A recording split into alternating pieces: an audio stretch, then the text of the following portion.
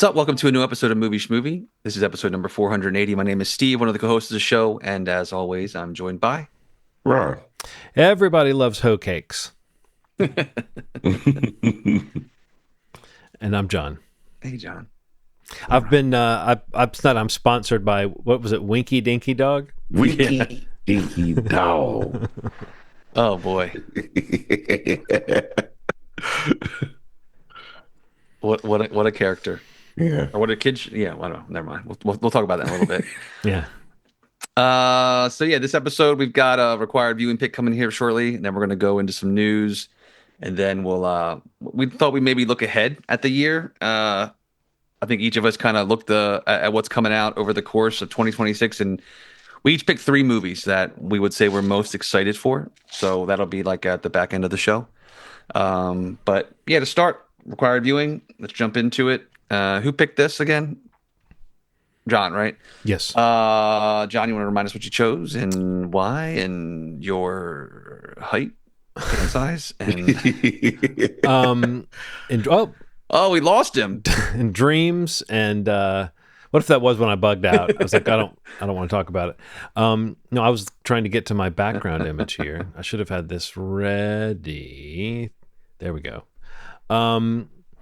No, this is a movie, Hollywood Shuffle, by Robert Townsend, co-written by Keenan Ivory Wayans and Robert Townsend, and then directed and produced and starring Robert Townsend, who in the 80s into the 90s was really like a kind of a rising star. Yeah. It kind of hit a wall in terms of his personal stardom. It seems like around the time, I think his like 4th or 5th movie, he was like the last time he directed a big movie, but he's been working pretty consistently in television and as an actor and different things ever since. And so he's always popping up, like he popped up on The Bear. Again, you'll see his name as a director on some television shows. So he's been steadily busy, but this movie really kind of put him on the map, and it got a lot of hype.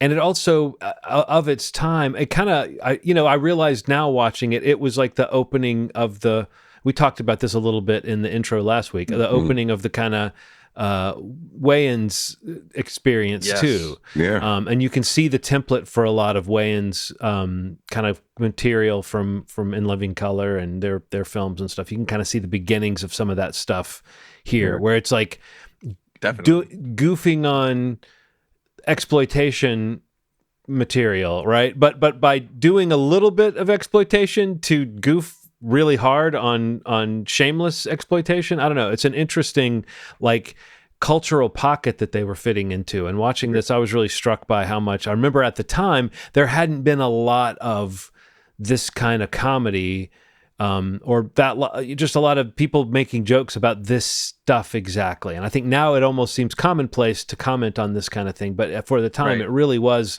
like a very personal lived experience that Robert Townsend was talking about, which is all about, I mean, it's very autobiographical. It's about just, being a young black actor and trying to break in without selling out and playing stereotypes and offensive caricatures and really, I mean, making you think about, we've joked about it on this show, sadly, about how often when we watch a film from the 70s or the 80s that like if there's one black character in it, they're usually like a jive talking character or like a criminal or something like that. So it's like it's totally borne out by by our evidence that we've culled over the course of especially in required viewing, like I said, trying to go back and watch older movies. But even till fairly recently, there were still, I think, this kind of character popping up, this Jimmy, that it's like the through line in the movie that he's auditioning for and that he eventually gets. So yeah, I think there's ways in which this movie, it's funny, it's like it feels dated in a way, but it also feels really current in a way. And I think there's really only a couple of things that are absolutely like have not aged well about it. The rest of it, even if the commentary is a little bit out of date in terms of what's happening in the industry, it still is nailing the kind of power imbalance, and it's still true of its time. Do you know what I mean? It's still true of the moment it was commenting on, that those really were like, I mean, honestly, so many of the jokes they make in the film, those really were the only kind of parts that were available.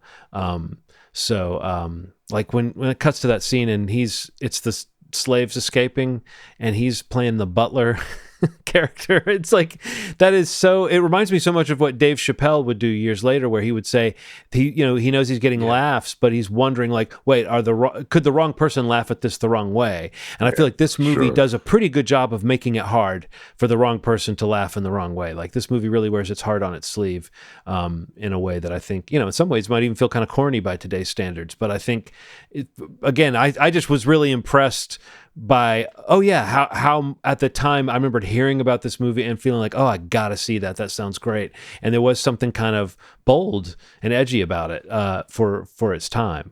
So I don't know, like, I don't know if you guys, I'm imagining you guys have some degree of a history or some knowledge of this movie. Ronald, is this a movie that it seems like you and I talked about it once before, and you were talking about it as kind of a rewatch classic for you?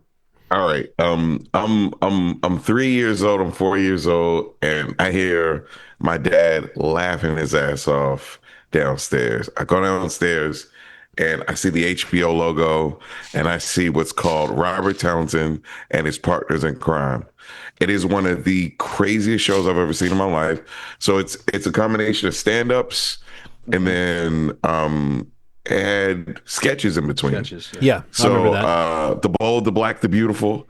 They have all sorts of really cool sketches. So this feels like, and it came out the same year that Hollywood Shuffle came out, and they would have different iterations of it. It's like,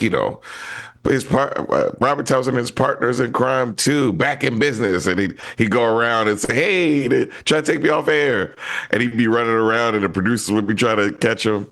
It was really cool, and what was really interesting about it was this was kind of anti, for lack of a better comparison, Def Comedy Jam.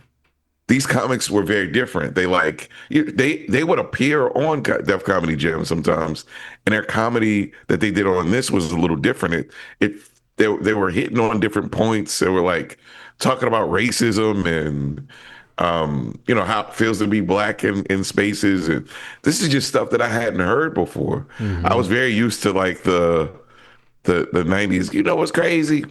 You know what's real crazy? You know, so crazy. You know what's crazy? Walk around, that's crazy. That kind of like weird Def Comedy Jam. No offense to Def, because I love Def Comedy Jam, man. But it just was it was like a lot of characters. And so when my dad introduced me, for reference, Hollywood Shuffle was his favorite movie of all time. Okay. So he showed me this movie, and it hit me like a ton of bricks. Like, it made me very aware of the things that I was seeing. And, I know that while the portrayals, some of the things that are happening in it feel very dated in a way, like nothing's changed. Like, nothing's changed in a lot of ways. Like, there still is like an acting level that exists sometimes in things, and then there's a black actor that comes in, and it's very heightened, and it's not realistic. It's not grounded in reality. It feels like they're just kind of put there in a space, and that's the thing that he was pointing out. Even then, we've had this debate about Anthony Mackie before.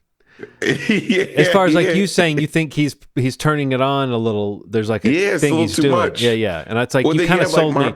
You kind of sold me on it. I still like him in things, but I think that you're right that he's often required to play up some kind of something, and it's hard to say what it is. It's like, I remember years ago that hearing that it's like super cliche to refer to like a black woman character as sassy in any way. Like, you just avoid using that word. You know what I mean? And I think there's certain words like that you find out, oh yeah, that's become a cliche, even if it seems like a positive cliche in some ways, because often those are characters that are funny and get a laugh, but it's that heightened quality. You nailed it. It's like a slightly heightened pitch that some people are, I think, expected to play. And it's like, they're probably in there directing them using all kind of weaselly words to avoid saying, could you make this more black? They're in there saying, could you be more energetic or make it more urban, or I don't know what kind of shit they say. Yeah, it's really interesting because, like, okay, so like, say, I'm not trying to but you just notice it. So take Anthony Mackie, then take somebody like Marshall Ali, who feels very grounded. It feels like Mm-hmm. he's just a person in a situation reacting to it in a very natural way, which is really interesting because like I could tell that sometimes that people are older when they find their thing, Mm. and you don't want to compromise on those things. There's probably a fork in the road where somebody's like, "Hey, Marshall, you think the next time that they come into the room, you can say." White people always open doors like that. It's like, nah, I'm not. He's like, oh, I'm not gonna do that. I'm sorry, I'm not gonna do that, sir. Yeah. And it's a weird thing because in order to it appeals to people.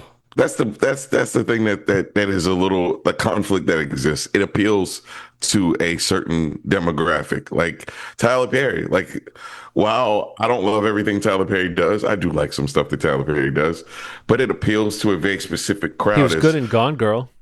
he was good in Gone Girl. He was really good in Gone He Girl. really I don't think was.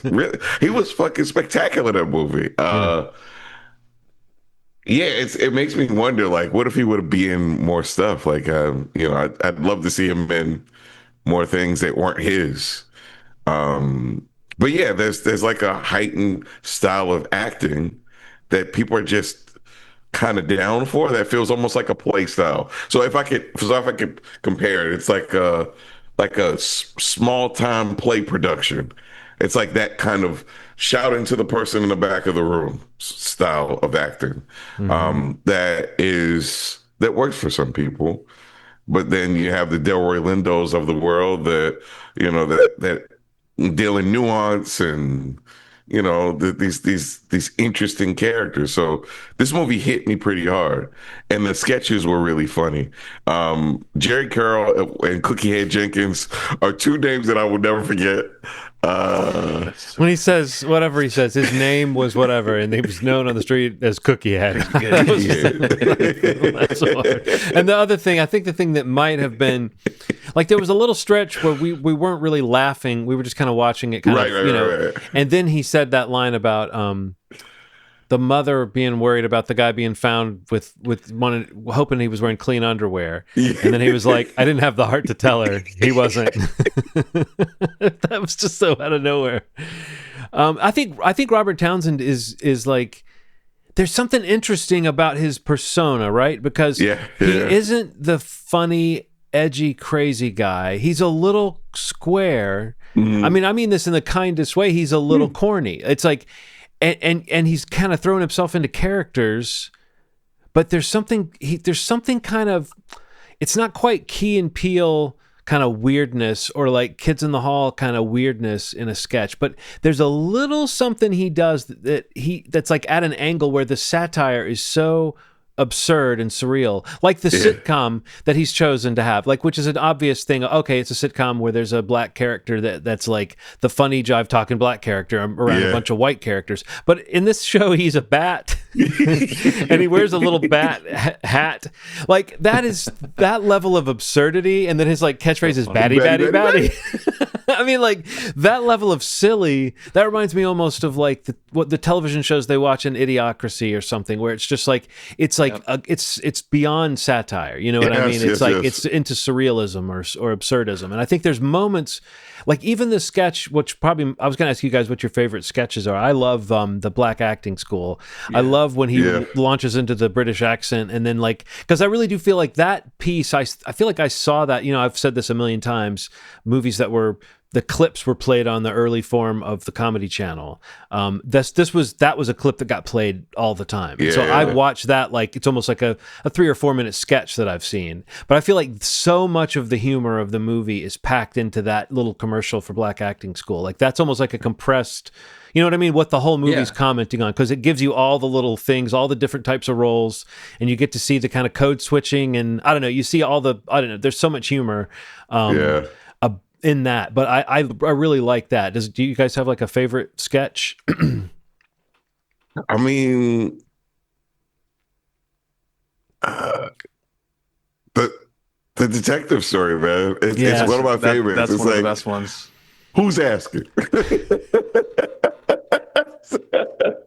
Oh, and when his activator gets taken away from him, it's and you can No, I see was the about to guys say behind him Keenan is so laughing. funny in that one. He is so funny. Her breath kind of stank. We were doing it nasty. I know he says doing the nasty so much. That's kind of what I mean. That's like that Robert Townsend tone of like he's It not really is. gonna be filthy. He's Yeah, yeah. not gonna go out there and be filthy, but he's still commenting on the same kind of earthy material that Yeah, yeah. someone like Eddie Murphy was commenting on, in his comedy, where it's like sort of shocking how brazen he would be. Robert Townsend was a little bit more like buttoned down Yeah. than Yeah. that. In the song, Rocket, don't stop it. Rocket, Jerry, girl. Man, that sketch got me, man. No, I like that one goes on like that one's a little chunk of the movie. Like it's an Yeah, interesting yeah. choice to like and then you realize that it is a little bit light on story, so it gets Yeah, away with yeah, a for lot by sure. doing those. But it's kind of like a sketch movie more so than a That's than a the key is that like, I feel like I saw this a while ago, maybe in Uh, college or something, and hadn't watched it. I know Ronald, you talked about it a bunch on the show, but like the reminder in watching it, I remembered a few of the skits, but I mean, yeah, like you mentioned earlier, John, that the Winky Dinky Dog sketch is, I mean, it's the one of the most ridiculous ones. I mean, mainly so, because it really is kind of getting to the like a lot of the theme of this movie, like the stereotypes and kind of how they're packaged. yeah, yeah, Like they're packaged by, honestly, this movie saying, it's like it's packaged by Hollywood as like harmless entertainment, and you realize like how much it normalizes that yes. through yeah, media, even a this ridiculous kids show character. Excuse me. But I mean the fake commercials overall, they're just so funny and so biting. But the Winky Dinky Dog thing, mainly because it's talking directly to the entertainment, commentary that he's talking about, like about yeah, how black actors are portrayed, and this push and pull between integrity and success, and to get in the door, and just that commercial or that skit just really kind of that normalization of how this is funny, this is okay to laugh at, then you're like, but wait, this is really not, this is bad. It's like yeah, it's it's yeah. it's it's packaged in a way that makes it, this is obviously a comedy, but yeah, I mean, I think that one stands out to me. The detective one stands out to me. And honestly, like watching this again reminded me so much of like growing up. I remember watching the Partners in Crime show special, and like you started hearing about like Keenan Ivory Wayans and like the Wayans of them all, and Yeah. in him being a writer on that, and even his involvement with this, and just like seeing that swell that the Wayans took off on, both as creators, writers, directors, production. They were in front of and behind everything Yeah, that was yeah, so successful in that space. But the Robert Townsend conversation, like it reminded me how much I loved and love him. You mentioned seeing him yeah, in The Bear just pop up anywhere. Like he still was like directing TV stuff, Hmm. over the years. But there was a run, in the late 80s, early 90s. And we've talked about most of those movies even on this podcast. Like you had, I think you may have picked Meteor Man at one point. But like a little dark horse for me was like The Five Heartbeats. Like that was a movie I yeah. was obsessed with when I was like 10 years old. Like the music of my life was like a big part of that run, Hmm. and that music of that movie and Motown and that whole sound. But People have called you the sixth heartbeat. I wasn't gonna say it, but um, I don't know. Like, yeah, it's just like there's so many like personalities, actors, voices from like that part, like the late 80s, early 90s, when things were like some things were starting to change. And you look back on that now and see all the influence on, you mentioned Key and Peele, John, like, Hmm. in Living Color, even later, in that decade into the early 90s, it's like just to be able to map the progression of like the influence of each onto the other was like Hmm. really something my brain was calculating, because some of it's very clear and some of it's like, more of a, as you reminded of these things.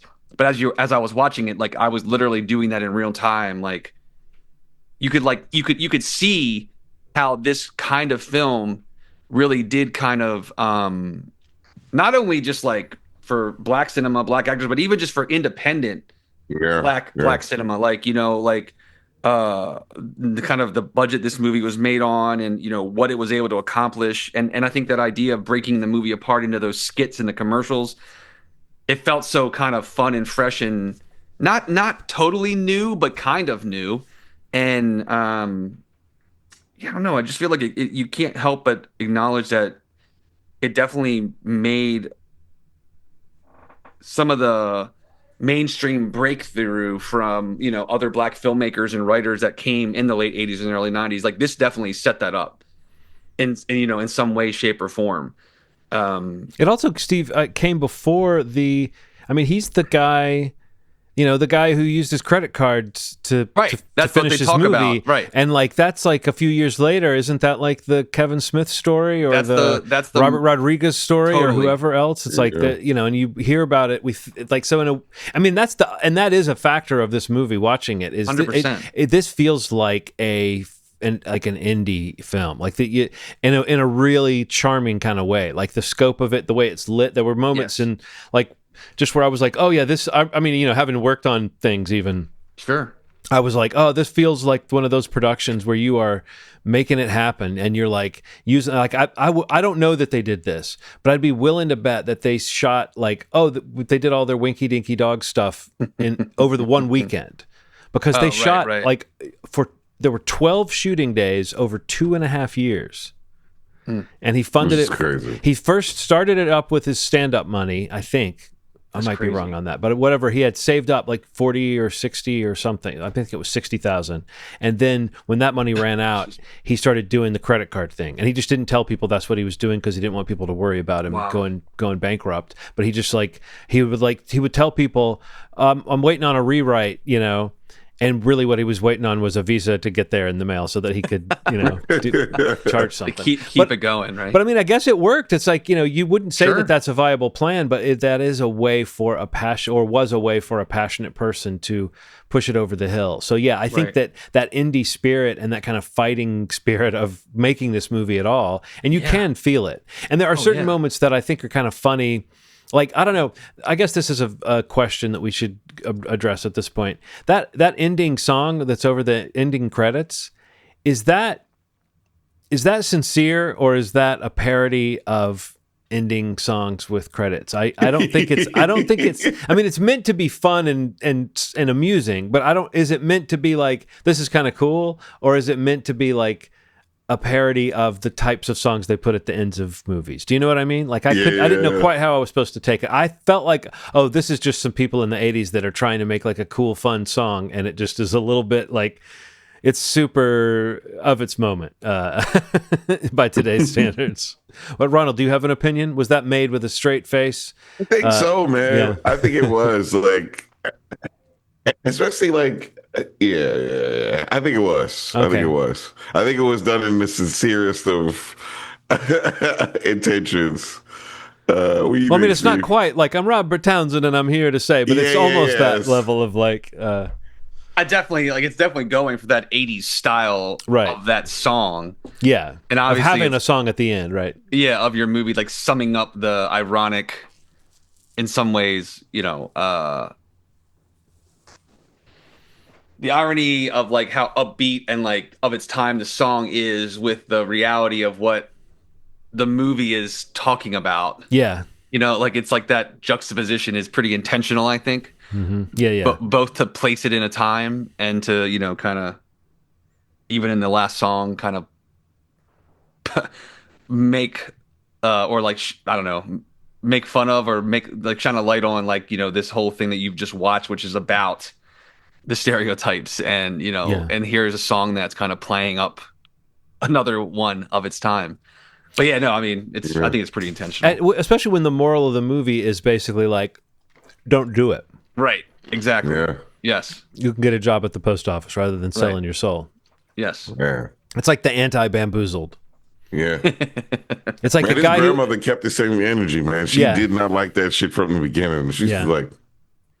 Well, it's like, I like the way that was played a little bit almost like a joke disapproving grandma, doesn't understand, but like as the movie goes along, you see the sort of teeth of her critique of what he was doing. But I again, a little bit after school special maybe with the little brother, like looking up to him and all that stuff, but it worked. I mean, it's like I feel like I can only imagine that particular situation, but I can relate it to situations where I know I've been doing something and there's a certain person, you see that little sad face of that person floating in your head of like the person who you're letting down just with your behavior, a person who will never know, but that you are now going like, I shouldn't do this, or I shouldn't say that, or you know, whatever. So like, I think that really worked. I mean, I feel like I had sort of forgotten that at the end, he's like, not a successful actor. I mean, you know, like that's not the point of this, is that he then, you know, finds the right role, that it's more about like not selling your soul. You better run for the police is coming. There's a lot of voices in it that really also the montage about you have to think like Eddie Murphy, talk like Eddie Murphy. I love that scene, and they have all the people doing the impressions. OT. I really. I was just about to say the guys in blackface in that part are so. That's such a bizarre joke, but it's so funny. The zombies behind you. I was about to say that there. Whenever you get scares the shit out of me. I feel like there was a joke. It was a thing that Dave Chappelle would do as well in his sketches. And I can't think of many other sketch performers who will do it, but people who have like the group of people that are always in the background in their sketches. Yeah. Like, and when you've got 4 or 5 of them doing something like the zombie walk, there's always one guy who's got kind of a guy who does like a little extra something towards the camera. Like there's always one guy who you can tell, oh, they have that friend in there, and he's not like an actor, but he's just a guy who can do this weird. And there's that one zombie guy who like has the funny like shaky walk, you know? Yes. Oh, that just made me laugh so hard, and it reminded me, like I said, of something that would have been on the Dave Chappelle show, where you would be like, wait, who was that person that just walked up? I don't even know who that performer is. But like you recognize people in the sort of entourage of these shows. Like you can sort of see some of them, I think, were probably sketch performers and improv performers that, or maybe comedians that they were coming up with, and others might have been like local actors that they hired, or just interesting people they found. I don't know, but this is so shoestring. I was kind of constantly scanning it for like, oh wait, who's that? Is that so-and-so really young? And really it was the Wayans and what's the name of the actor that plays the boss at Winky Dinky Dog? What's his name? John Witherspoon. John Witherspoon, yeah. And of course he's someone you recognize. And then I don't know if you recognize Dom Herrera, the stand-up comedian. He was one of the 3. He was like the little balding guy with the great bars in the song at the end. Yeah, I mean, I think, and also an hour and 20 minutes, unless you watch it on Tubi, in which case it's 4 hours and 20 minutes. And Tubi has the audacity to like do that. It'll be like 1 of 6. It tells you how many ads you actually have. Yeah. It's like, damn it, man. This will be. But yeah, the question of, does it get better? Has it gotten better? You kind of alluded to this, Ronald. And like this week, I hate to say, when I think about like the current moment in entertainment, it's not that this is like a simple line to draw, but I do. The first thing I thought of was the whole debacle at the BAFTAs, and like I keep thinking about Michael B. Jordan and Delroy Lindo's face when they have to deal with that, and like on this day in front of all these people, like they're in the spotlight having to deal with someone shouting the N-word, and like hard R as well. It's like we're deep into that, but like we all know that there's so much that's come out about it since. It's like it feels to me like, remember the thing I said to you, I still stand by it. I really blame the production for like their handling of it as much as anything else, because it sounds like they were doing some pretty suspicious stuff and beyond. Anyway, so like really? Well, I mean, like, I don't know if you know about Yeah. that his area was mic'd. The guy, John Yeah, Davidson. there's a Really? lot of stuff. I was actually gonna bring this all up because Yeah. everybody Yeah. doesn't know what the Yeah. BAFTAs are. Say what you got to So say. yeah. So the BAFTAs are the British Academy of Arts and Television Arts Awards. So they honor excellence in film, television, and video games. A lot of people don't know that. So this is a 3-hour ceremony that was edited down to 2 hours. Keep that in mind. Oh, wow. A 3-hour event edited it down to 2 hours. That was that. So this version that people are seeing is the edited down version. So the What? first thing that happened was that My Father's Shadow is a movie that got an award for outstanding British debut. The two directors, Wale Davies and Ikenolo Davies Jr. And Ikenolo in his speech said, archive your loved ones, archive your stories yesterday, today, and forever for Nigeria, London, Congo, Sudan, Free Palestine. That was completely edited out of the final version of the award show. Yeah. No one had seen it until it was shown post the event, Right. right? So keep that in mind. Proving Reference to proving they can edit things out that they proving, think might yes, offend sensitive ears or might yes. offend people's sensibilities. Right. Yes. What? And so the big thing that we're referring to is Michael B. Jordan and Delroy Lindo representing the first award for the whole entire ceremony. And all of a sudden, the N word gets thrown out. And it's not just the N word, it's N word bitch, which is very strange. So it's like Yeah. it was a combination of two things because it wasn't just the N word. Right. And that voice belonged to John Davidson, a man with Tourette syndrome, who was the subject of the 2025 movie I Swear. Yeah. So to make this even weirder, Alan Cummings comes on the stage and tries to clear the air. And I'll try to summarize what he said. You may have noticed some strong language in the background. This can be part of how Tourette syndrome presents for some people. Thank you for your understanding and for helping people create a respectful space for everyone. And then later on, he says, we apologize if you are offended tonight, Yeah. which is a very strange thing to say because it's like, I'm sorry you feel that way. Yeah. No, it's You know, totally the wrong. I mean, it's like I almost feel bad that Alan Cumming is caught up in this because he didn't ask for this, but I'm sorry if you took it that way. It's Yeah. like we all know that's just the wrong format for an apology. Yes. Like we all know that doesn't fly. Yeah. Like we all know there are times when you want to say that to people, but you also know when you're saying that it's not a true full-chested Yes. apology. Yeah. And then the final nail in the coffin, I think, kind of contributes to this is Hannah Beechler, who's a production designer for Sinners, said that John Davidson said the N-word to her on the way out of the ceremony, and then he heard him say it to another black woman, Jesus. an involuntary whatever. And so I guess this raises questions about censorship, accountability, disability, and editorial responsibility, especially when political speeches were removed, but racial harm remains kind of visible in this broadcast. Yeah. So it's a weird thing, man. Like I'm not gonna ever discount someone's disability because I watched the show. Oh goodness, cannot remember the name of it. It's like 3 seasons in. It's the woman with Tourette syndrome.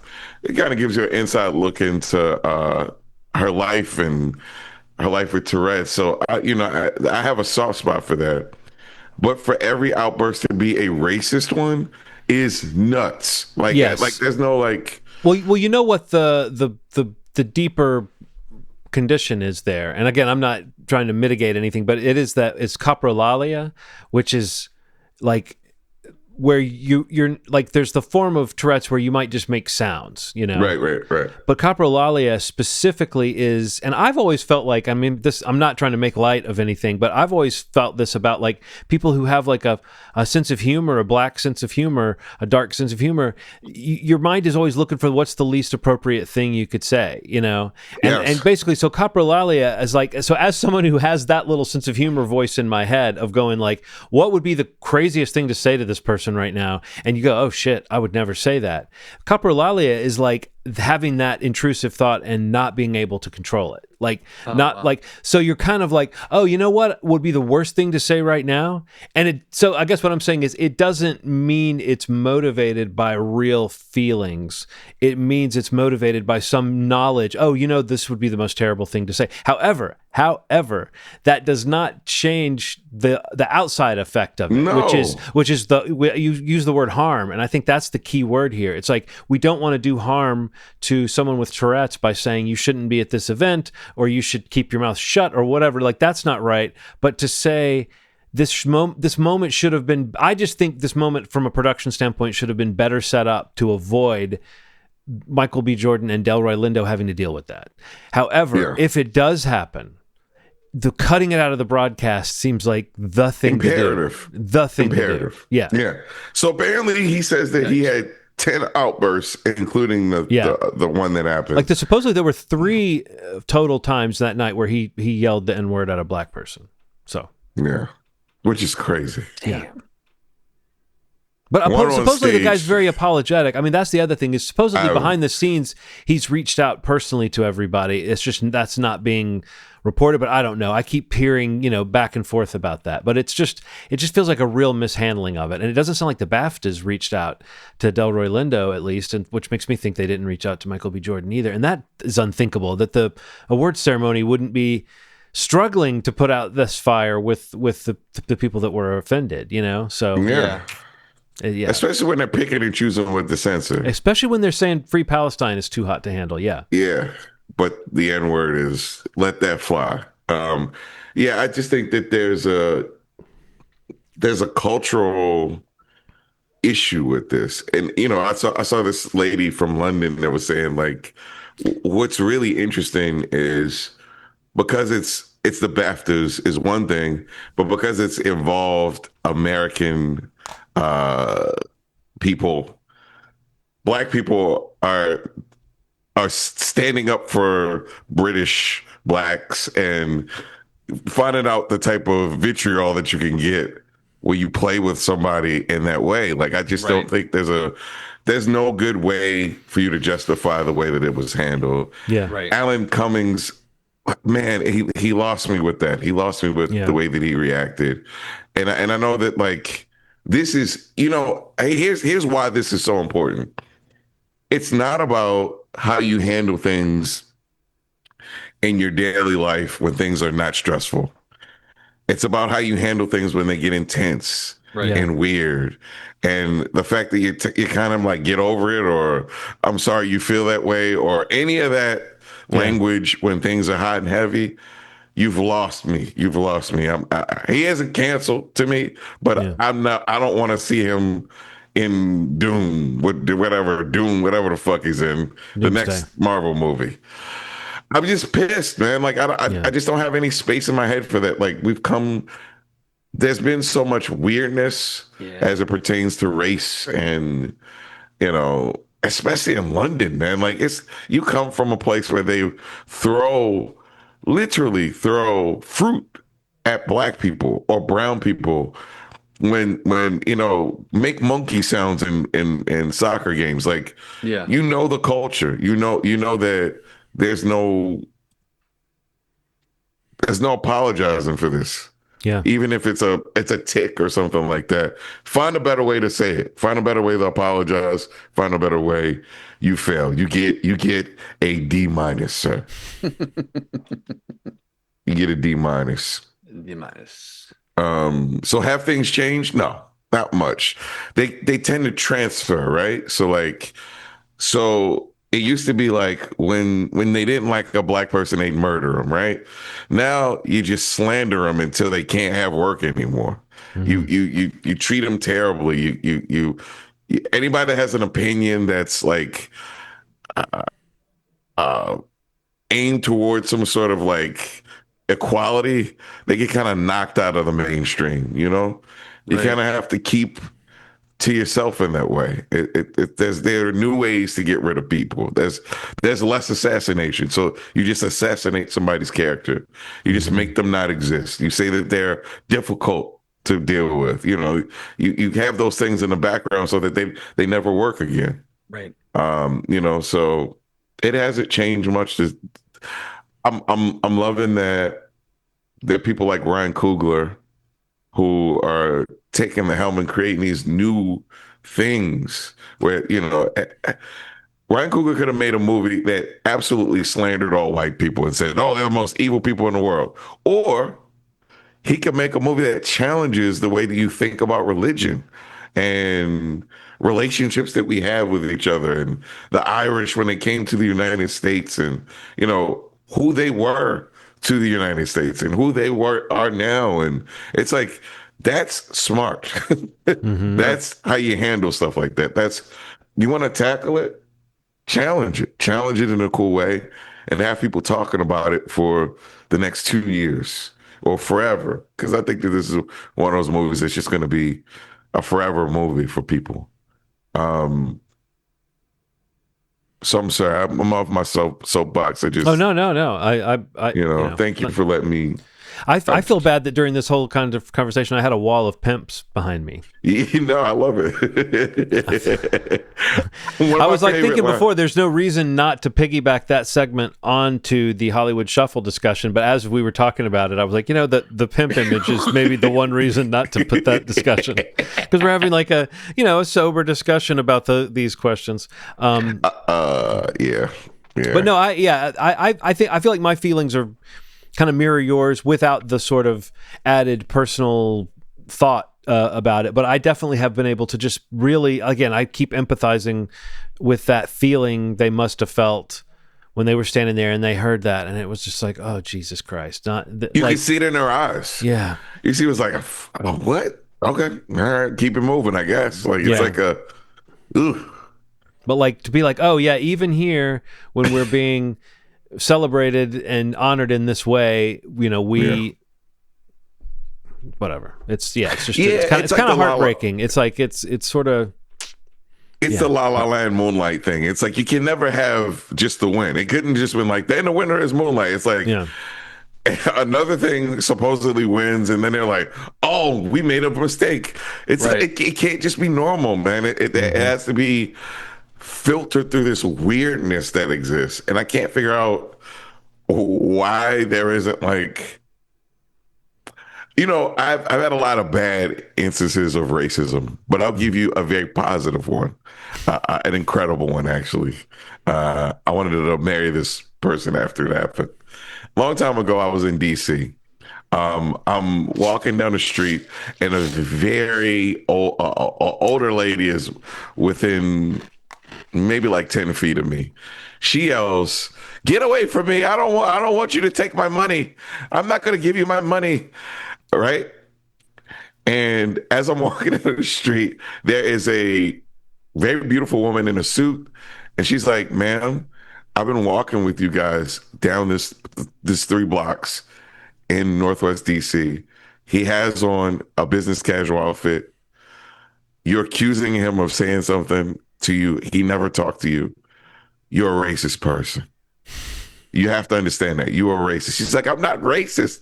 And this beautiful white woman is telling this older lady how racist she is.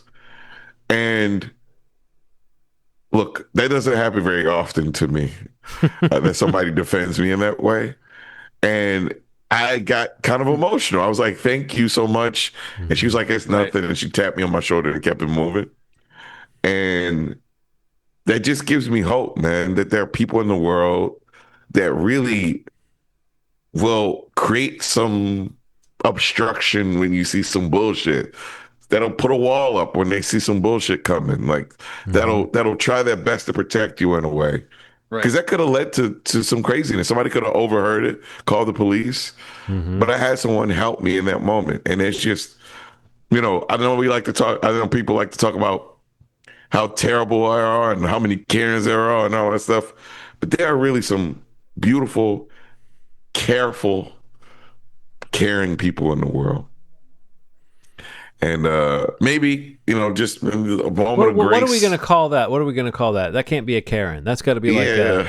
a Gretchen or I don't know. What do we call that? Aggression. Amelia Bedelia. Amelia is pretty good. She was a total Amelia. Oh God, here Yo, one of Amelia. those white lady Amelias. Oh, woke Amelia came over to me Yeah. and said, yeah. But yeah, I just wanted to say that because all this negativity about this BAFTA shit's been bothering me. No, it's been And I've bothering thought me about too. that nice, whoever you are, whoever you are, I hope you're doing well. You probably definitely listen to the podcast Yeah, yeah. for sure. It might be like that misconnection things. You might be like, who? Oh my God, I remember that man. Well, Yeah. speaking of that man, it's that man's turn to pick our next required viewing pick, and that's the lizard with the cowboy hat on is here just There in he is. time. Oh, this is my pick. It's your pick. Oh man. Okay, I'm gonna keep it simple because I want to pick something that I love bringing us together over horror. Mm-hmm. Is this gonna be good horror? I don't know, but I'm gonna suggest it anyway. It is 2025's Shutter release, Night Patrol. Ooh, do I know about Night Patrol? I'll have to look into that. It is. It's what's the We didn't we talk about this recently? yeah, yeah. I What wanted to was see it. what Did you was see it? the No, but Justin Long's in it, right? Yeah, Justin Ah, Long's in it. that's what it was. I was talking about Justin Long. Justin Long, That's Jermaine right. Fowler, Right. Dermot. Right. A LA officer discovers a police task force is harboring a horrific secret that endangers residents of the housing projects he grew up in. Um, Sounds nuts, to be completely honest with you. Um, but I'm interested. Also, CM Punk is in it, wrestler CM Punk. He's supposed to be one of those like great debut Really? acting jobs. So it's supposed to be pretty good, pretty intimidating sort of role. But Okay. yeah, I'm gonna suggest Night Patrol. It is on Shutter and can be rented for oh god, is it one? Oh, let's see what For it is. $20. 20. It's really $20. No, I'm Holy, just kidding. but you might be right though. Night Patrol. Do-do-do-do-do. I think it's $10 to own though. That I know. Oh, it's $10 to rent. It is $10 to rent. Or you can watch it other ways, and I'm hoping that you two have access to other ways. So we'll Everybody out watch it. there, save up to watch Night Patrol. Save up to watch Night Patrol. And that'll be not next week, but the following week, right, Steve?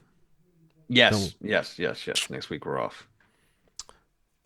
Those So you of got you, more time to save it up. yeah, those of you who complained Save up your dollars. that we didn't have any episodes like 2 weeks in a row for a while there during the holiday season. We gave you what, 4 or 5 episodes in a row, Yeah. I think. So yeah, we're like SNL. We can do that. We can give you like 4 or 5 episodes and then take a little break Yeah, several times within a season. for sure.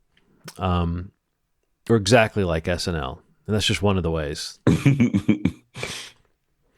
So yeah, we in this Cool. episode are going to talk about Anticipation. We haven't done this in a while. Like, You haven't. or I should say, we used to do this all the time, and we don't do it that often anymore. Which Sure. is the preview. We used to do like a seasonal preview. Yeah. And if we start off saying let's do a spring preview, let's do a summer preview, Yeah. we would fall behind. At some point, we would not manage to do a fall preview and a winter preview. So I say, let's do a whole year preview.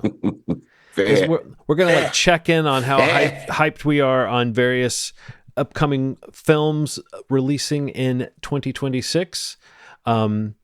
I was saying before we started recording what my methodology was, and Steve seemed intrigued by my methodology. Intrigued indeed. Which is just to say that there were some sort of big tentpole movies that I just did not consider for my list because I thought, well, how interesting would it be for me to talk about one of those? I won't say what they are because someone might have them on their list. But there's some huge movies coming out this year, and the ones that I'm very interested in, a lot of movies, but the ones that I focused on today are the smaller, more specific, more like, oh yeah, that's coming. When I was I don't even know where you guys get your information about what's coming in the year, but I looked at a lot of different lists and came up with, when I got to the point where I had too many ideas and it was something good had to get cut no matter what I did. That's when I stopped looking. Steve, what about you? What was your approach to Jan Listy? Yeah, I mean, I guess my first feeling was like just genuinely what am I most excited for, and then when I started looking through the list, I was like, oh wow, how can I not pick that movie, or how can I not pick one of these movies? So I kind of like sort of was going in a similar direction of you, like some of these, like maybe some of the big titles. I kind of was like, well, maybe I just won't because I'm not as genuinely excited about them. I'm just going to definitely see them, and I'm excited to see them. Yes. If that makes sense at all, without naming the ones that immediately come to mind. I tried to maybe like think about more. I mean, to be blunt, maybe. What's the best word here? Not like IP, but like, either from maybe focus more on like from filmmakers or from or stars, like that's basically where I centered. Like I moved away from what the title was and moved towards what is the plot, what is the film, who created this, like I moved that direction. So, and I feel like it kind of came up with a kind of a fun list. There's some nice, like, spread of kinds of films from my three, and I'm sure based on what you guys pick, I'm sure we'll have a pretty awesome list here. Ronald, what about you? Whatever made me happy. I'm like just thinking about, I haven't been to the movie theater in a couple weeks, and I'm like, what's gonna make me get up and get back into the theaters again? It's been a little bit of a rut, honestly, in the last couple of weeks, and I think that's what I've been thinking about. What am I ready to get into the theater and see for the rest of the year? Right. Because I haven't been motivated lately. Well, I like that approach. Will you get us started with your first pick? Yes, I mean, this one's a giveaway. I mean, come on, Dune 3. I'm so excited about Dune 3, and the fact that these movies exist feels like nuts. Like if I told somebody 10 years ago that Dune would be a thing, like something of note that isn't treated in a goofy way, like it's really one of those movies that's up there for me. I'm really excited to see how this one turns out. Timothy Chalamet, Fuego. He's on fire right now. Fuego. He's rapping. He's giving people Marty Supreme jackets. Come on. He's killing it. He's killing it in the game. He's having his moment for sure. What did he say where he was like, I think I'm doing like top level work right now or something like that? Yeah. Did you see when he was talking to Matthew McConaughey? He asked him if he saw Interstellar again. Oh, yeah. He fucking lost his mind. He's like, you've only seen it once?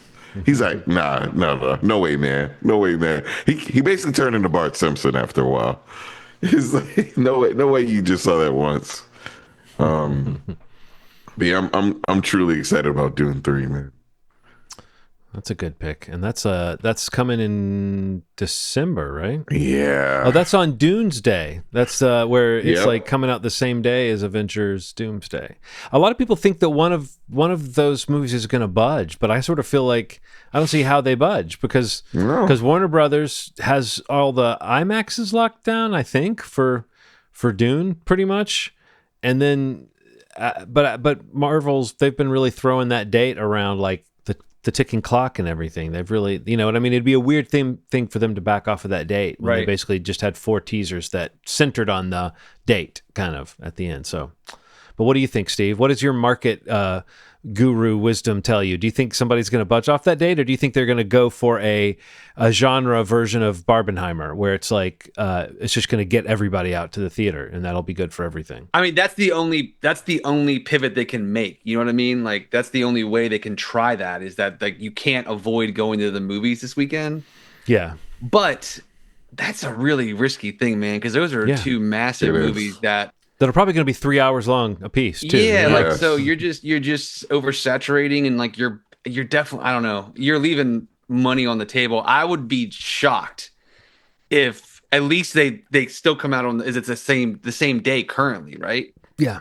18th Like of there December. maybe if there's some overlap or something, I don't know, man. I would be really surprised if that was the case because man, I can't imagine how much money each of those movies would be again leaving on the table. Like those are both possibly billion-dollar movies. Yeah. And Yeah. it's like, you know, and then by doing that, you could create a situation where neither reach $1 billion. Right. It doesn't have the counter programming element that Barbenheimer Right. had. Exactly. And so Like, it seems these are riskier to two- have them coming out on the same day. totally agree. Like they're too close. I don't know, but we'll see. I mean, I would expect it to be something like some sort of tiered, maybe like within a week or one pivots back, but they want that end of year stuff. So it's like it's a game of chicken at this point. Mm. Yeah, seriously. It's wild. It's a good Well. pick, Ronald. Thank you for picking that so I can not feel bad about. Obviously, I'm dying to see that. Like, Yeah. it kind of blows my mind that Dune 3 is coming out so soon. Yeah, me too. Like, it Yeah. feels insane to me that like that it actually is already shot and like is coming out this year. yeah. You know, in like 9-ish months. That's bonkers. But that's exciting. I'll say my first one is and only because we've been chatting about it briefly recently, but it comes out next month. It's Project Hail Mary. Project Hail Mary. I'm not familiar with the book. I know I've heard about the book. I'm familiar with its existence and the love for it from Andy Weir. But what makes me more excited about it is just what it's about. Again, talking about like a plot, a story, the way it looks. The trailers have been incredible. And the day they were recording this, they basically one of those things that happens when a studio is so confident in a movie where they allow embargo to break 4 weeks before a movie comes out, which is kind of insane and unheard of. So social media embargo I think is up. So like all these reviews have started to come out from like trade and industry screenings for it and have just been extremely positive. But just sounds like an awesome story. Obviously the Ryan Gosling factor is through the roof for me. I'm a huge Gosling head. And honestly, the biggest draw for me is the Phil Lord, Chris Miller of it all. They're two of my favorite filmmakers when they're working together. The things they've made, again, what they've done across genres, like the Spider-Man films, even 21 Jump Street, like just what they've done, with filmmaking so far, and what they've made, even some of the TV stuff they've made, has been great, honestly. And again, this movie looks outstanding. Also, again, awesome cast. Sandra Hüller's in it, and James Ortiz, Milana Ventrub. I don't know. It just looks really great. I mean, it looks like just one of those every quadrant, every feel, every emotion. It could be like a grand slam movie for me, and thankfully it comes out in less than a month. So that's Project Hail Mary comes out on March 20th. So I'll be Very excited to see that one. Cool. Yeah, no, I'm excited about that too, and I think the Phil Lord, Chris Miller. That's Phil Lord, Yeah, Chris Miller. yeah, I think that is a huge factor for me too. I mean, yeah, that would make me interested in whatever they are making, and then seeing them do something that seems like it's going to be a sort of straight down the middle kind of genre piece. Like it doesn't look like it's doing anything too meta with like the way that it's structured. You know what I mean? It feels yeah. very like almost Amblin-esque or something in its like It's sci-fi great. approach, but it also Yeah, seems like it's got pretty strong comic elements. And Ryan Gosling is just a fun actor to watch when he does, like he knows how to match the tone of what he's in, you know. yeah. It'll be a fun little preview of how he handles being in a Star Wars thing, I guess. So no, I'm excited about that one too. Well, I have my first pick is coming out in May, on May 22nd. The same day that Grogu is back in theaters. There will be a director that I like having his new movie that looks kind of crazy. I Love Boosters, the Boots Riley Mm, Yeah, movie. that's It nuts. looks really funny. I mean, the trailer has like really got right. good moments and jokes and a cool rhythm to it. Just like it feels like it's going to be a fun and funny movie to watch. And then you look at the cast. You got Will Poulter, you got Lakeith Stanfield, you got Kiki Palmer, Mm. you got Alexa Demay, who I think I recognize from something, even though I don't know what it is. Then Naomi Aki, Taylor Page, who we enjoyed on Welcome to Derry. Demi Moore is doing what looks like a very funny kind of over the top character, Poppy Liu. It's just a really cool cast. Don Cheadle's in it. So yeah, I'm excited to see what this can be. It being a Boots Riley movie, if you know his movies and you know his television show, it's like you always get a little something different and a little something unlike anything anyone else would ever do when Boots Riley makes a project. And there's something about this one. The trailer may be really kind of giving us what it really is. Like it'll be like a fun joyride kind of crime spree kind of movie, but it feels like there's all kind of like social critique and satire that's like percolating behind this idea of Yeah. a crew that goes around, I guess boosting kind of couture from shops that sell, you know, high fashion items. So yeah, with a kind of Robin Hood attitude about it. I don't know. It just really looks fun. So yeah, I Love Boosters coming in May. You know, people aren't really talking about I Love Boosters and Mandalorian and Grogu coming out on the same day, but people should be calling that weekend I Love Grogoosters.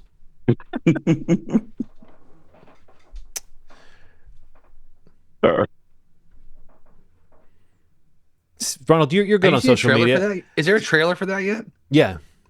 I gotta watch the trailer. It's good. Nice.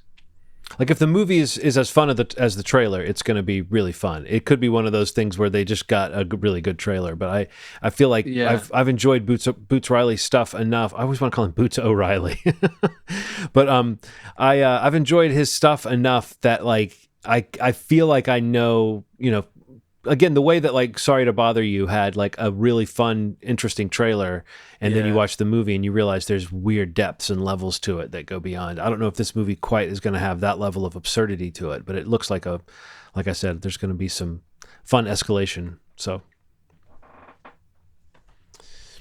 Ronald, Yes, this one's a really cool.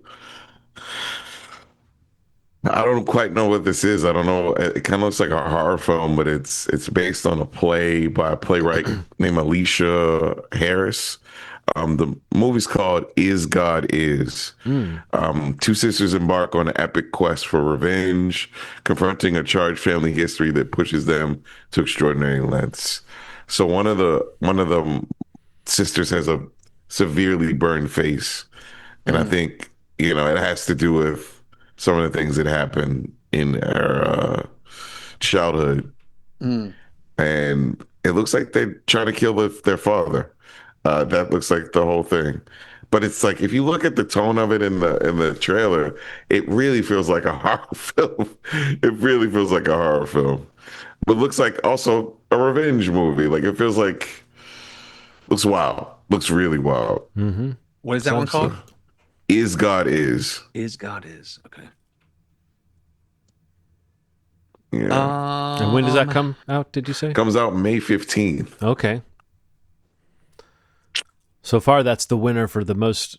Well, no, wait, Steve, you've got one that's coming really soon. So yeah.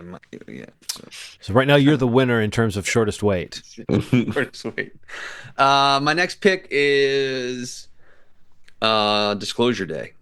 You know what, Steve? Ooh. If I could have guessed one you would pick, I think there's one other one that I thought you might pick, and you still might pick, but Disclosure Day was the this might be my number one. And this is just you have David Koepp, you have Steven Spielberg, you have an alien movie, you have it coming out in the middle of the summer, or June 12th, I guess is the date.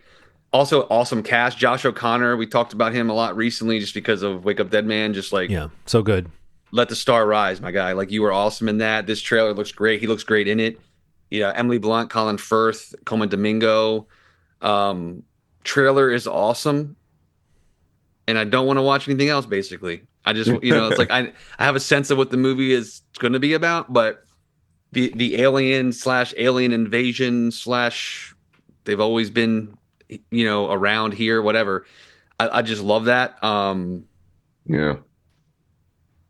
And it's just like, also it's just like, it's Steven Spielberg. Like, he's making movies at this scale. Like, he's my number one of all time, probably. And probably like the single person that makes me the person I am when it comes to movies. And, to be, and not that I haven't loved, I loved West Side Story. I loved The Fabelmans. Like, I've loved a lot of what he's done recently, most of anything he's done at all in his career. Mm-hmm. But I mean, to get a sci-fi movie on a big scale blockbuster in the middle of the summer in 2026, for all the other huge stuff coming out this year by huge filmmakers, huge IP, whatever, we talked about a lot of it already in this list. I don't know that anything kind of rises to the heights of a Steven Spielberg movie for me. And that's, so Disclosure Day, June 12th. Can't wait for that one. All right. I will continue this kind of what you were saying about like looking at who's involved in a movie, or just like the sort of pedigree of a film. This is a movie that they just released a teaser for, and the teaser is very strange and looks very funny and over the top in some ways and kind of creepy in others. But the cast of this film is the real hook for me. And then I think director I'm interested in, but the movie is Teenage Sex and Death at Camp Miasma. And it is the new film by Jane Schoenbrunn, who did I See the TV Glow. Is that the name of that movie? Wow. Yeah. Okay. I couldn't remember if it was I See or I Saw. But yeah, the cast is maybe it's Hannah Einbinder, Gillian Anderson, Zach Cherry, Sarah Sherman, Patrick Fischler, Dylan Baker, Kevin McDonald from Kids in the Hall. A lot of cool people that seem like an interesting cast is being assembled for this thing, and the storyline of it is just something that feels like it's kind of right up my alley. It sounds like it's about a someone who's basically remaking a classic slasher film, and they go and in order to, get approval or, some kind of collaboration, or that they basically go to the final girl, the actress that played the final girl in the movie that they're remaking. And then that becomes its own thing. And it's Hannah Einbinder and Gillian Anderson in those two roles. And it looks really bizarre. And if you I saw the TV Glow, or I See the TV Glow, some tense of sight involved in the television glowing. If you saw that movie, you know that it was really kind of sad and had a real undercurrent of kind of social issues that made it kind of potent for some folks. I enjoyed that movie and admired it. I don't remember how much I wanted to watch it again. I felt like it was a very intense, kind of depressing experience. But I think that kind of juice is interesting. And so Jane Schoenbrunn, I'm interested to see what someone like that does with an idea that I think I saw in an interview where she said she's trying to make a sort of like classic like sleepover horror film, like a movie that you would enjoy watching with friends, and so maybe it has a little bit more of a hopeful tinge to it, or whatever. But at any rate, I'm just really intrigued by what this movie is. And like I said, the trailer sells me on a certain kind of tone, but doesn't really sell me on, like, it doesn't tell me more about the reality or the story than I knew before. So I'm pretty hooked, and I'm really intrigued to see what Kevin McDonald from Kids in the Hall was doing in there. What you doing in there, Kevin? That's what I call that movie. Subtitle. What you doing in there, What Kevin? you doing in there, Kevin? Cool. And that's coming July. What is it? July. August 7th. Teenage Sex and Death at Camp Miasma. Cool. Ronald. Yes. Yes. Biopic. Gotta hit you with the Michael. Oh. Man, look, say what you will. This trailer messed me up. It tore me to pieces. I'm like, oh man, I remember this. I remember this. I remember this. Oh God, I remember this. And, full of controversy. Which the movie but- will probably avoid completely, right? I mean, the movie has Yeah, to just apparently that there was a part and they wrote it out and it's going to completely. like the part where he says, well, now I'm going to go diddle some kids. And then Yeah. they were like, you know what? Maybe let's cut this part out. Yeah, they're going to avoid that part. That probably was You the know, Coleman reshoot. Domingo looks wild in the makeup that they have him in. So is Miles Yeah. Teller. Yeah. But his performance, Yeah. like the way Coleman Domingo is playing that character voice wise, I think it's like really hypnotic. I And find then I looked at the Joe look Jackson. of the look of the character. Yeah, he Joe kinda, looks nuts, man. Yeah, he The kinda real does Joe look that Jackson way. looked nuts.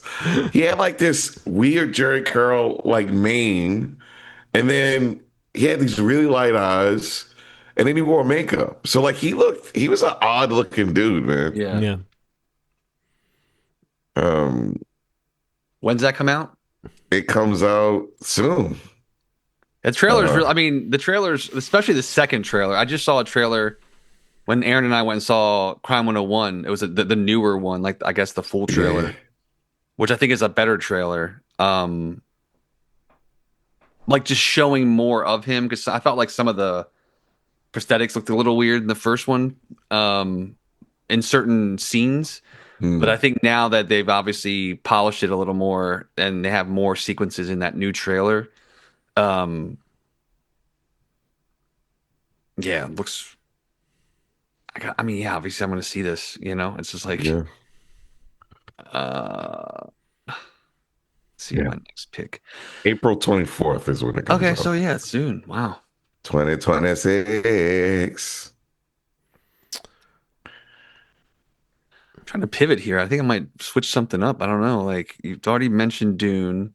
Said I didn't need that. I feel like I don't really have anything at the end of the year. Let me see. One thing I was thinking when this one comes out. You said Dune already. Mm-hmm. When does? Sorry, give me 1 second. That's all right.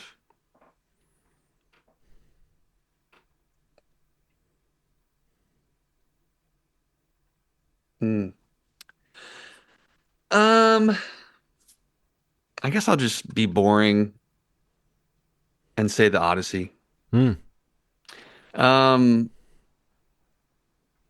Again, I think there's something really crazy going on. Like I just talked about Steven Spielberg being like my guy, and I love Christopher Nolan. He's not my guy, but I like a lot of his films. I think he's a special talent. But I was looking at what's coming out this year and thinking, if there was one movie coming out that solely rides on the wave of who is making this film, it's The Odyssey. And I think that Christopher Nolan, we've mentioned Tarantino, even Jordan Peele in these conversations, but to have this movie with even if you look at the cast, and the cast is insane, right? This again, Matt Damon, Tom Holland, Anne Hathaway, Mia Goth, Zendaya, Lupita Nyong'o, Charlize Theron, John Barenthal, Robert Pattinson, Himesh Patel, Elliot Page, Oh my God. Bill Irwin, Samantha Morton, Jesse Garcia, Will Yun Lee. I mean, that's just what's on this top line. Like, it's insane, right? And I mean, maybe one of the most stacked casts of any movie this year. But the thing that's going to sell this movie is the fact that it's a Christopher Nolan movie. You know, the IMAX pre-sales sell out in 2 minutes. You know, the 70 mil pre-sales sell out in 2 minutes. You know, when they drop these tickets and you see them relisting them on eBay, you know, this is the kind of sensational moment that we're in where if there was a filmmaker that sells a movie, I don't think anybody sells it more than Christopher Nolan does. Mm. The story of the Odyssey is obviously something that's been done before, but Christopher Nolan's take on it, the scale, the scope, the filmmaking, the action, the adventure, like it just sounds like such a exciting movie to watch in the theater. And as you know, kind of cliches that can become, as everybody talks about, you know, you need to see this on the biggest screen, and you know that. And I subscribe to that feeling in general for most movies that I go see, even ones that aren't the ones you have to see on the biggest screen. I still would prefer to see in the theater, right? But I mean, I just think that, you know, if Christopher Nolan has a movie on the calendar, that movie is immediately one of the most anticipated movies of the year. Guaranteed. And, you know, coming off of, you know, he's peaked, right? Like he is at Apex Mountain right now. Like he is in it. He is possibly going higher on the mountain, depending on how the Odyssey is and how it does. But coming off of Oppenheimer, you know, one of his most successful films critically, commercially, finally got a Best Director award, Academy Award, multiples. I mean, basically cleaned house where it was represented. I don't know, man. Like, it's just the excitement around a movie like that for me. Again, thinking of who's in it, who's making it, maybe what the story is. It's one of the most exciting things I think, and I think studios, theaters, formats, the PLF screens, like this is a feast for all of those parties. And as a film goer, it's a feast. And you know, again, you have the scale, the spectacle, the action, the adventure, the cast, and one of the most prolific and, you know, exciting, successful, respected filmmakers out there right now. So yeah, I mean, Odyssey looks amazing, even though you've seen barely not anything of it, but it's going to be amazing, and there's no question to it. I really genuinely believe that. So yeah, that's my pick. It's July 17th. Again, also the Odyssey is a summer tentpole movie. Yeah.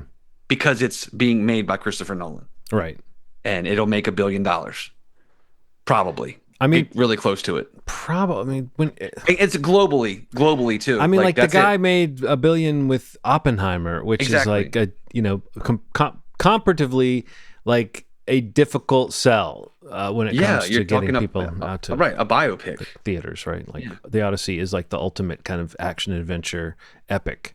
And I do remember him saying that he felt responsible after Oppenheimer and all the success he had with that. He felt responsible to sort of take the capital he had from that and do something kind of impressive with it. He didn't use those words, but that's kind of what he was saying. Was it like he feels like he's in a unique position to get a certain kind of movie made at a certain scale, and that for him to like pivot and do a small scale thing or like a shifty little, like he just, you know, he's not saying he never would. He's just saying that right now he thinks it would be foolish for him to go small and to not go crazy, you know, with what he could do. And then, you know, The Odyssey is the movie that came out of that thinking, which is it's crazy. Yeah. I'm not even as high on Nolan as some folks, but I tend to agree in general about the level of craft and intensity and like, the event nature of one of his movies. Sure. You're curious to see what he's got going on. What's going on in there, Christopher?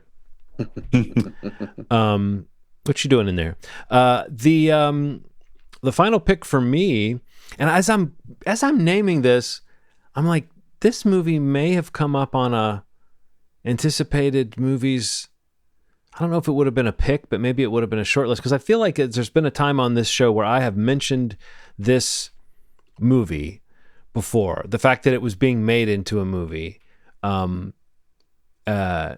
by this particular studio or this crew, and like with this pedigree. But now it's on the calendar, and it is coming on October 23rd of this year. The film is directed by Travis Knight. It is Wildwood, which is based on a book by Colin Malloy, who was the lead singer for the Decemberists, if you know that group, the very literate lyrics. So you can see how he would turn around and he would write good prose. But Wildwood, there was a series of books. There were 3 Wildwood books, and I read the first 2 kind of aloud with my son, and or we kind of would pass the books back and forth. We kind of did a hodgepodge. And then there's a 3rd book that I never read because he had never started reading it. And I eventually said, well, one day I'm just going to come and grab that book and, yank it and read it, because I was curious how the trilogy ended. So I don't know if they're planning on making a trilogy out of this. But, it's like it's Travis Knight. So it's that style of stop motion animation that we've come to love over the course of these movies. The script, Chris Butler, who wrote Paranorman and Missing Link for the studio. Oh, nice. And the cast, just listen to this cast: Jacob Tremblay, Carey Mulligan, Mahershala Ali, Jermaine Clement, Awkwafina, Angela Bassett, Jake Johnson, Charlie Day, Amanda Stenberg, Tom Waits, Maya Erskine, and Richard E. Grant.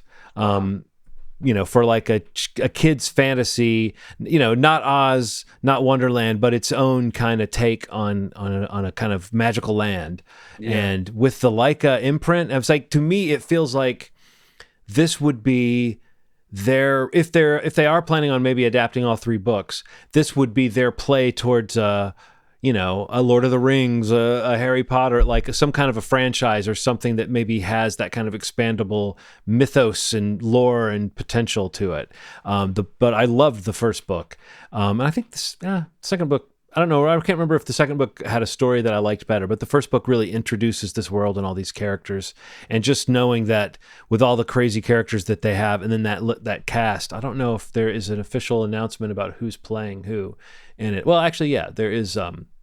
They do have character names associated with them. So yeah, great kids book, really fun illustrations that kind of point you right towards a Leica style of character design, and a little bit stylized, a little bit kind of janky looking, but really really cool. So I'm sort of super excited to see this. Like I don't know, it's kind of what you were saying about the Odyssey, where I'm sort of like going, well, I feel like on a certain level this can't miss as like a visual spectacle. Right. But it could be one of those that really works in the story sense, or it could be one of those where you're sitting there watching it going, oh, thank God this is pretty, because the story's not much. But I just know that the story's strong in the book, so it's hard for me to believe that they wouldn't be able to craft it into a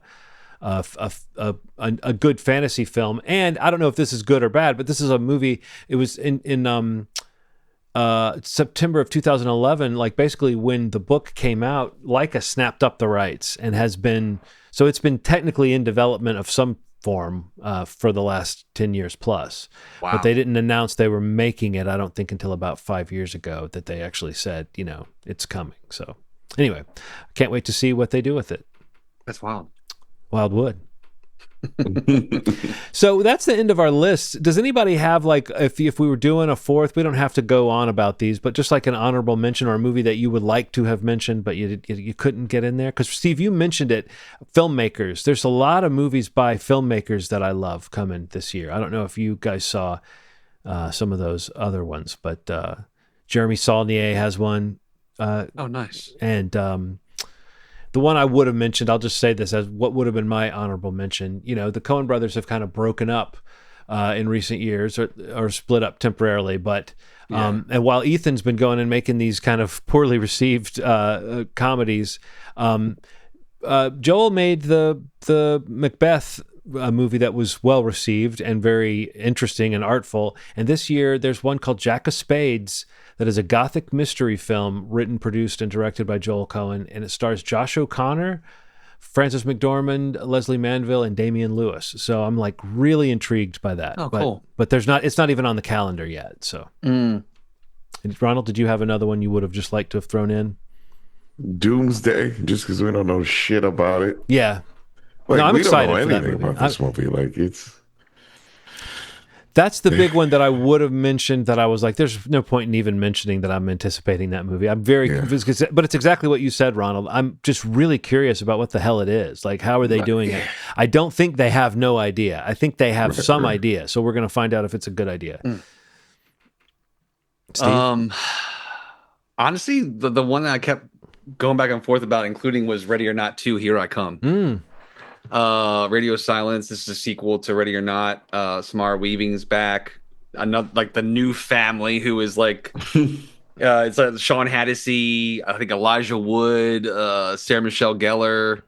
I mean, the trailer is really fun, and then you kind of also bring in Catherine Newton, who is playing, I think, Grace, Samara Weaving's character, is her sister in the movie. But yeah, I don't know. Like, it just seemed like, okay, there's got to be a sequel to this. The way the movie ends, even this setup of, like, you know, the title and, you know, this sequel just went right for it. Here I Come. Trailer's good. I love Samara Weaving. Really like Radio Silence. Catherine Newton. You know, they're all kind of in game for these kind of slasher, scream queen horror films that they kind of just, you know, I love these kinds of movies, and I absolutely like Ready or Not. It's one of my favorite horror movies of a long time. And yeah, I love how they get these characters who, like, can play these, like, horrible, rich, you know, just the worst possible people you can imagine hunting you. So yeah, the trailer's really funny, and that's one that was, like, you know, kind of floating around for me to possibly include. I'm surprised you didn't mention Digger, the Tom Cruise Inarritu film. I mean, is that going to really come out this year? Is it dated? I think it's supposed to come out in October. Okay. Well, yeah. I mean, I don't know. Like, yeah. Okay. It's on my. I mean, I had it on, like, I don't know if it's actually coming out, but okay. But I'm sure it will. I mean, I see the poster now. It does say October 2nd. But yeah, it's in there. I was also going to possibly include Fincher. He's got the Cliff Booth sequel. You know, like that was almost on my list. That's also not on That's not on the calendar yet. Yeah. Well, they had the teaser in the Super Bowl. I feel like it's going to come out this year. No, it's gonna. But I'm just saying doesn't have a date yet. They've just said coming soon. You know. So. Oh, right. Yeah. But it looked great, I thought. Yeah, great trailer. I mean, definitely one of the better trailers of the Super Bowl. Also, you got to be curious about Coyote versus Acme, right? Like, we all gotta be curious about that. They got saved from limbo. Finally, to see it. And David Robert Mitchell's got one this year. That sounds interesting. You know, what is that one? It's called Flowervale Street, and it's like a sci-fi. Oh, okay. But it's you know, like, wait, is that the? That's the It Follows guy. No, yeah, the director I knew, but the movie, was that like the big budget one he was doing? I think it might be. Was it called Flowervale Street? I think the name might have changed. Yeah, this is the one that what is Anne Hathaway in this one? Yeah. Oh yeah. Oh, that's gonna. Oh yeah, that would. I didn't realize that was coming out this year. And that's coming in August. Wow. Yeah. That's up there for sure. Yeah, Ewan McGregor's in that. Mm-hmm. Yeah, this is the one, like, J.J. Abrams is producing, I think. It's a Bad Robot movie, right? Yeah. Yes. Wow, I completely forgot about this movie. And then there's Godzilla Minus Zero too coming this year. Yeah, that was wow, man. Yeah, that was. I mean, it's a pretty awesome sounding year so far, right? Yeah, I can't wait for that. True, yeah. That's gonna be awesome. And even when's it come out? That comes out November 6th. That's one of those weird ones where, like, they aren't separating the Japanese release from the US release. Oh, cool. Which is really rare. Like, that's how well they think it's gonna do. They're just gonna drop it and hope for the best. But those movies are so fucking fun, man. Oh, they're so good. Yeah, so looking forward to it. Good, yeah. This is good stuff. Good year. I also want to say I've seen nothing but amazing things about Hoppers. which comes out next week. That's the new Pixar movie. Yeah, it's supposed to be Like really funny. a lot of very, Interesting. very positive early reviews for that, which is like people saying, it's kind of some of the best Pixar stuff recently. So, I mean, some of that hopefully is not hyperbole, but trailer. I mean, my family is game for this movie. Like the trailer's been hitting us every time we go to the movies, and the kids like keep asking when it comes out. And the trailer's really funny, so I can't wait to see that one. But yeah, that's next week, the next Pixar film. Cool. Well, that's what to look forward to. I'm sure we'll talk more about some of these and mention ones that we didn't remember. Thanks for the reminder at the end of some of those, John. Moviesmovie.com is the website. You can go there to listen to past episodes and to subscribe to the podcast and whatever platform you prefer to listen to and consume your podcasts. We're also on YouTube at youtube.com/movie podcast. You can go there, watch, listen. You can watch long videos, short videos, videos with no video, just sound with a cool image on the screen. Close your eyes and listen, whatever you want to do. If you go to the YouTube channel, please subscribe, hit the bell to get notifications when new releases come out.